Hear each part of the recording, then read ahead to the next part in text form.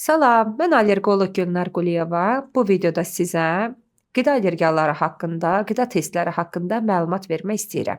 Bizə çoxsaylı pasiyentlər qəbul zamanı müraciət edərək bu fikri səsləndirir ki, doktor mən qida testi vermişəm, qan analizimdə çoxsaylı qidalara qarşı allergiya aşkarlanıb məndə.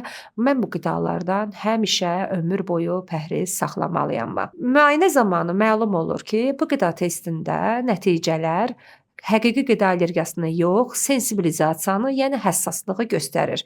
Bu nə deməkdir? Allergiyadan əziyyət çəkən pasiyentlərimizdə həssaslıq şəklində qida testində müəyyən bir yüksəlmələr, yəni normadan yuxarı nəticələr gələ bilər. Lakin bu normadan yuxarı gələn nəticələrin hamısı qida allergiyasını göstərmir. Məsələn, bu pasiyentimizin qida testinin nəticəsində 30 qidadan 10-a yaxın qidaya yüksək nəticə, yəni qida allergiyası varmış kimi bir nəticə gəlib. Biz bunun hamısını qida allergiyası kimi dəyərləndirib pasiyentimizin qida rasionundan bu qidaları çıxara bilmərik. Biz qida testində yüksək gələn nəticələri o zaman qida allergiyası kimi dəyərləndiririk ki, pasiyentimiz həmin qidanı qəbul etdikdə və hər dəfə qəbul etdikdə qida allergiyasına xas olan əlamətlər ortaya çıxmalıdır.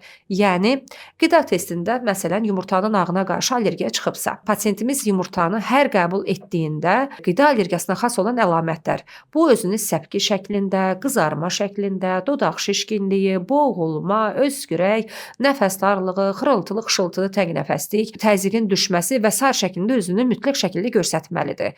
Eyni zamanda bu digər qidalara da aiddir. Məsələn, qida testində sizdə portağala, sitrusa, kartofa, soğana, sarımsağa, balığa, ət məhsullarına qarşı yüksək nəticə çıxıbsa, bu nəticələr klinik şikayətlərlə üst-üstə düşmürsə, biz bunu qida allergiyası kimi dəyərləndirmirik, biz bunu sensibilizasiya kimi dəyərləndiririk və bu qidalardan həmişəlik ömür boyu pəhrizi tövsiyə eləmirik. Belə ki, gərəksiz pəhrizin pasiyentimiz üçün heç bir faydası yoxdur.